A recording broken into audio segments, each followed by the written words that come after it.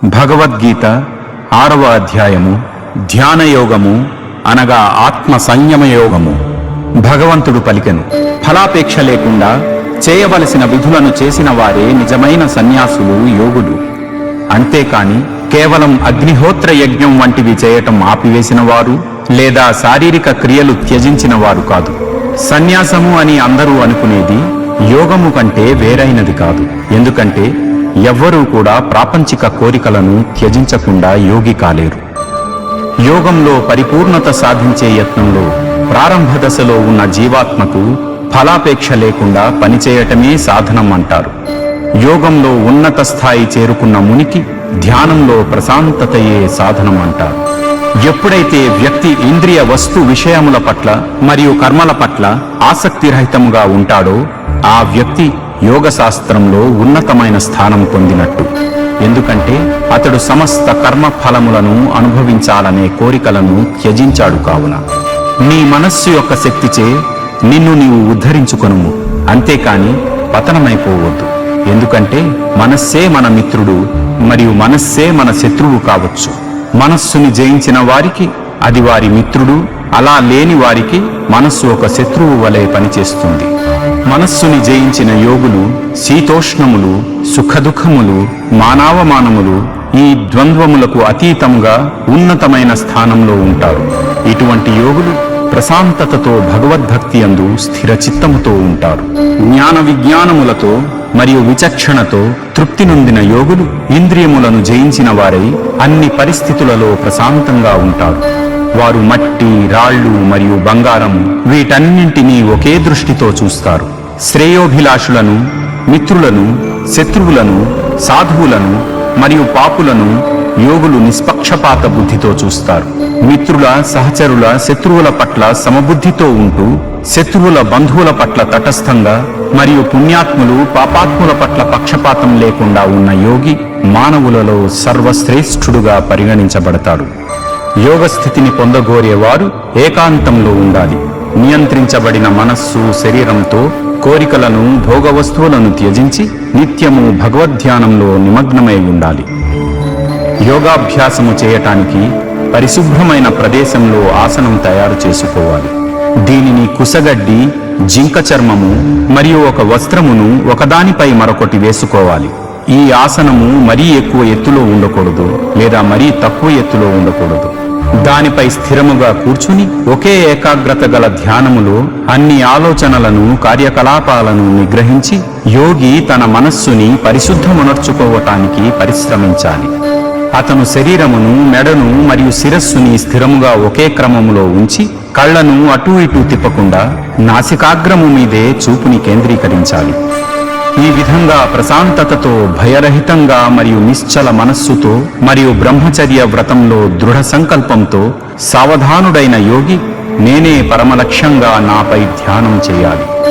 ఈ విధంగా నిరంతరం మనస్సుని నాయందే నిలిపి ఉంచుతూ క్రమశిక్షణ మనస్సు కలిగిన యోగి నిర్వాణమును పొందును మరియు నాయందే పరమ శాంతితో స్థితుడై ఉండును. ఓ అర్జున, ఎవరైతే మరీ ఎక్కువ తింటారో లేదా మరీ తక్కువ తింటారో, మరీ ఎక్కువ నిద్రపోతారో లేదా మరీ తక్కువ నిద్రపోతారో వారు యోగములో విజయం సాధించలేరు. కానీ ఎవరైతే తినటంలో మరియు వినోదాలలో మితంగా ఉంటారో, పనిలో సమతుల్యతతో, నిద్రలో క్రమబద్ధతతో ఉంటారో వారు యోగాభ్యాసముతో అన్ని దుఃఖములను ఉపశమింపచేయవచ్చు.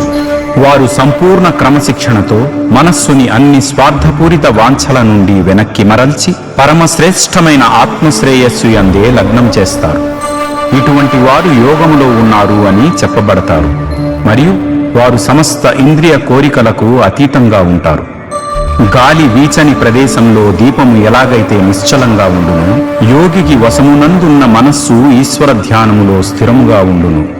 ఎప్పుడైతే మనస్సు ప్రాపంచిక కార్యకలాపాల నుండి నిగ్రహింపబడి యోగాభ్యాసము ద్వారా నిశ్చలంగా ఉండును, అప్పుడు ఆ యోగి పరిశుద్ధమైన మనస్సు ద్వారా ఆత్మను దర్శించగలడు మరియు అంతర ఆనందంలో రమించును. సమాధి అనబడే ఆ పరమానంద యోగ స్థితిలో వ్యక్తి అత్యున్నత అపరిమిత దివ్య ఆనంద అనుభూతి పొందుతాడు. ఈ విధమైన స్థితిలో ఉన్న వ్యక్తి నిత్య పరమసత్యము నుండి ఎన్నటికీ విచలితుడు కానే కాడు. ఆ స్థితిని పొందిన తర్వాత వ్యక్తి మరింక ఏదీ అంతకంటే గొప్పది కాదు అని భావిస్తాడు. ఈ విధంగా స్థితమై ఉండి వ్యక్తి ఎంతటి గొప్ప విపత్తులోనైనా ఏమాత్రం చలింపడు. దుఃఖముల నుండి విముక్తి పొందిన స్థితిని యోగమని అందురు. ఈ యోగమును దృఢ సంకల్పముతో ఎలాంటి నిరాశావాదం అపనమ్మకం లేకుండా అభ్యాసం చేయవలెను. ప్రాపంచిక తలంపుల నుండి జనించిన అన్ని కోరికలను త్యజించి ఇంద్రియములను అన్ని వైపుల నుండి మనస్సుతో నిగ్రహించవలెను. క్రమక్రమముగా మరియు నిశ్చయముగా బుద్ధి అందు దృఢ విశ్వాసంతో మనస్సు భగవంతుని అందే స్థితమగును మరియు మరే ఇతరమైన వాటి గురించి ఇక ఆలోచించదు. ఎప్పుడెప్పుడైతే ఎక్కడెక్కడికైతే ఈ చంచలమైన నిలకడలేని మనస్సు పరిభ్రమిస్తుందో దానిని తిరిగి తెచ్చి నిరంతరం భగవంతుని మీదనే కేంద్రీకరించాలి. మనస్సు ప్రశాంతంగా ఉన్నవాడు, ఆవేశ ఉద్వేగాలు శాంతించినవాడు, పాపరహితుడు మరియు అన్నిటినీ భగవత్ సంబంధంగా చూసేవాడు అయిన యోగికి అత్యున్నత అలౌకిక ఆనందం లభిస్తుంది. స్వీయ నిగ్రహం కలిగిన యోగి ఆత్మను భగవంతునితో ఏకం చేసి భౌతిక మలినముల నుండి స్వేచ్ఛ పొందుతాడు మరియు ఎల్లప్పుడూ పరమాత్మతో సంయోగంతో ఉండుటచే సంపూర్ణ ఆనందం యొక్క అత్యున్నత స్థాయిని పొందుతాడు. నిజమైన యోగులు అంతర్బుద్ధిని భగవంతుని అందే ఏకం చేసి సమత్వ దృష్టితో సర్వభూతములను భగవంతుని యందు మరియు భగవంతుడిని సర్వభూతములు యందు దర్శిస్తారు. ఎవరైతే నన్ను అంతటా దర్శిస్తారో, అన్నింటినీ నాయందే దర్శిస్తారో నేను వారికి దూరమవను, వారు నాకు దూరం కారు.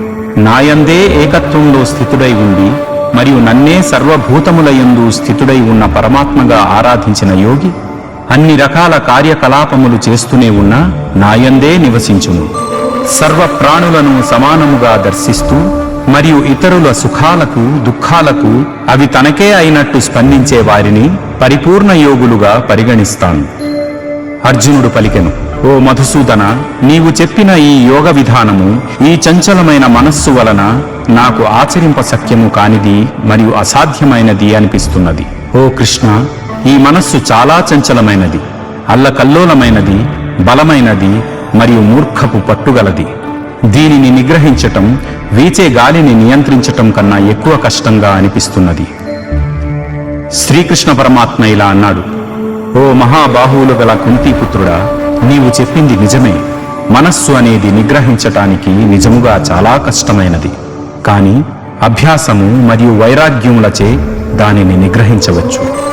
మనస్సు అదుపులో లేని వానికి యోగము కష్టతరమైనది. కానీ మనస్సుని నిగ్రహించటం నేర్చుకున్నవారు మరియు సరైన పద్ధతిలో పరిశ్రమ చేసేవారు యోగములో పరిపూర్ణత సాధించవచ్చు. ఇది నా అభిప్రాయము. అర్జునుడు పలికెను, ఈ మార్గంలో శ్రద్ధతో ప్రయాణం ప్రారంభించి కూడా చంచలమైన మనస్సు కారణంచే తగినంతగా పరిశ్రమించక యోగ లక్ష్యాన్ని ఈ జన్మలో సాధించలేకపోయిన యోగి యొక్క గతి ఏమిటి? యోగ మార్గం నుండి దారి తప్పిపోయిన వ్యక్తి భౌతిక మరియు ఆధ్యాత్మిక విజయాల రెండింటి నుండి భ్రష్టుడైపోడా? ఓ మహాబాహువులు గల కృష్ణ, అతడు విడిపోయి చెదిరిన మేఘం వలె ఉభయభ్రష్టుడై ఎటూ కాకుండా పోడా? ఓ కృష్ణ, నా ఈ సందేహమును పూర్తిగా నివృత్తి చేయుము.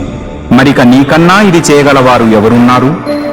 శ్రీ భగవానుడు ఇలా పలికెను, ఓ పార్థ, ఆధ్యాత్మిక పథంలో ఉన్నవాడు ఈ లోకంలో కానీ పరలోకంలో కానీ చెడిపోడు. ప్రియమిత్రమా, భగవత్ప్రాప్తి కోసం ప్రయత్నం చేసేవాడు ఎన్నటికీ దుర్గతి పాలుకాడు. ఈ జన్మలో యోగములో సాఫల్యత సాధించలేకపోయిన వారు పుణ్యలోకాలకు వెళతారు. అక్కడ చాలా కాలం నివసించిన పిదప వారు తిరిగి భూలోకంలో ధర్మపరాయణుల మరియు సంపన్నుల కుటుంబంలో జన్మిస్తారు. లేదా ఎంతో కాలం యోగ అభ్యాసం వలన వైరాగ్యం వృద్ధి చెందిన వారైతే దివ్యజ్ఞాన సంపన్నుల కుటుంబంలో జన్మిస్తారు. ఇటువంటి జన్మ చాలా లోకాల్లో చాలా దుర్లభము. ఇటువంటి జన్మ పొందిన తర్వాత ఓ కురువంశస్థుడా, వారు తమ పూర్వజన్మల విజ్ఞానాన్ని తిరిగి మేల్కొలిపి యోగములో పరిపూర్ణత కొరకు మరింత పరిశ్రమిస్తారు. వారు తమ ఇష్టానికి వ్యతిరేకంగానైనా పూర్వజన్మల సాధనా బలంచే ఖచ్చితంగా భగవంతుని వైపు ఆకర్షించబడతారు. ఇటువంటి సాధకులు సహజంగానే వేదములలో చెప్పబడిన కర్మకాండల సూత్రాలకు అతీతంగా ఎదుగుతారు. అనేక పూర్వజన్మల నుండి సంపాదించుకుంటూ వచ్చిన యోగ్యతలతో ఎప్పుడైతే ఈ యోగులు మనఃపూర్వకంగా మరింత పురోగతి కోసం శ్రమిస్తారో అప్పుడు వారు ప్రాపంచిక కోరికల నుండి స్వేచ్ఛ పొంది పవిత్రమై ఈ జన్మలోనే పరిపూర్ణమైన సిద్ధిని పొందుతారు. ఒక యోగి తపస్వి కంటే ఉన్నతమైనవాడు, జ్ఞాని కంటే ఉన్నతమైనవాడు, ఇంకా కర్మీ కంటే కూడా ఉన్నతమైనవాడు. కాబట్టి ఓ అర్జున, నీవు యోగి అవ్వటానికి ప్రయత్నించును. అందరి యోగులలోకెల్లా ఎవరి మనస్సు ఎల్లప్పుడూ నాయందే నిమగ్నమై ఉంటుందో, ఎవరు నాయందు దృఢ విశ్వాసంతో భక్తితో ఉంటారో వారిని అత్యున్నతమైన వారిగా పరిగణిస్తాను. ఇది ఉపనిషత్తుల సారాంశము, బ్రహ్మ విద్య, యోగశాస్త్రము, శ్రీకృష్ణార్జున సంవాదము అయిన శ్రీమద్ భగవద్గీతలోని ధ్యానయోగము అనగా ఆత్మ సంయమ యోగము అను 6వ అధ్యాయము. ఎక్కడైనా అక్షరదోషమైన భావదోషమైన దొర్లి ఉంటే అవి మానవ సహజ దోషములుగా పెద్ద మనసుతో మన్నించి ఈ ప్రయత్నానికి ఆశీర్వదిస్తారని కోరుకుంటున్నాను. ఈ తెలుగు అనువాదం శ్రీ స్వామి ముకుందానంద వారు రచించిన భగవద్గీత నుంచి తీసుకోవటం జరిగింది.